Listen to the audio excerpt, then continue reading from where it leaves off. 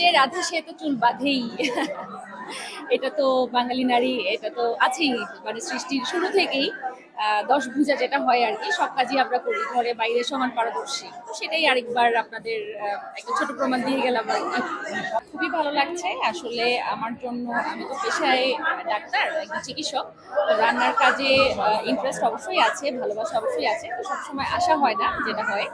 তো এবার আসতে পেরেছি, শেষ পর্যন্ত থাকলাম, একটা পুরস্কারও পেয়ে গেলাম, খুবই ভালো লাগছে। এটা আসলে ভাষায় বলা যাবে না। ধন্যবাদ দিতে চাই অবশ্যই ওমেন কালিনারি অ্যাসোসিয়েশন অফ বাংলাদেশকে। ওনারা যদি এই প্ল্যাটফর্মটা না করতেন এবং রাধুনির সহযোগিতায় এত বড় প্ল্যাটফর্মে আসতে পেরেছি, ওনাদের প্রতি সবসময়ই কৃতজ্ঞতা থাকবে।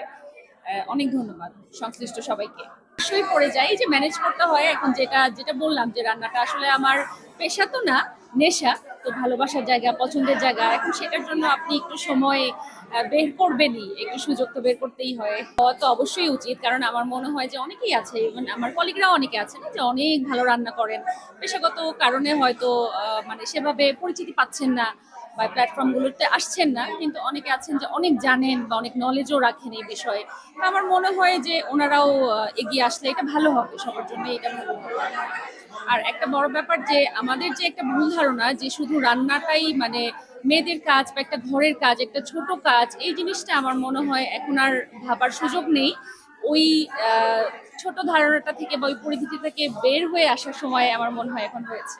অনেক বেশি ভালো লাগছে। ফার্স্ট অফ অল আমি এক্সপেক্টও করি নাই যে আমি এত বড় একটা প্ল্যাটফর্মে এসে পার্টিসিপেট করে এত ভালো করতে পারবো।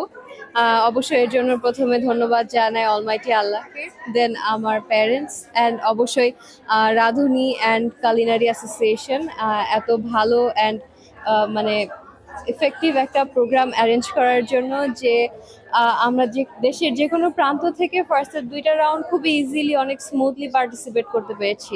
এর চেয়ে বেশি মানে খুশির আর কি হইতে পারে। এই তো। আর অবশ্যই এখানে যারা পার্টিসিপেট করেছে তারা অনেক বেশি অভিজ্ঞ ছিল অ্যান্ড পুরো প্রোগ্রামটা অনেক বেশি চ্যালেঞ্জিং, অনেক নার্ভ ব্রেকিং ছিল আমাদের জন্য। বাট শেষমেশ যে ভালো করতে পেরেছি এই জন্য অনেক বেশি ভালো লাগছে। ভালো লাগছে ভাইয়া, অনেকই ভালো লাগছে আসলে। অনেকবারে তো অনেক ট্রাই করেছি, এই রাঁধুনিতে ফার্স্ট টাইম ট্রাই করেছি আমি মাংস শিকারি, অনেকই ভালো লাগছে। ধন্যবাদ। কোথেকে আসছেন? আমি চিটাগং থেকে আসছি। অন্যান্য জায়গায় যেন ওরা মানে রিহ্যাবিলিট হতে পারে আর কি। তো আমরা ভীষণ আশাবাদী যে আমাদের দেশের মেয়েরা এখন আর পিছিয়ে নেই, ওরা অবশ্যই সামনে এগিয়ে আসবে এবং ওদের যে মানে একটা হয় না হাজব্যান্ডের উপরে নির্ভরতা, এটা থাকবে না। ওরা ওরা এগিয়ে যাবে, এটুকুই বলতে পারি। আমাদের তরফ থেকে আমরা যতটুকু আমরা পারি আমরা হেল্প করছি।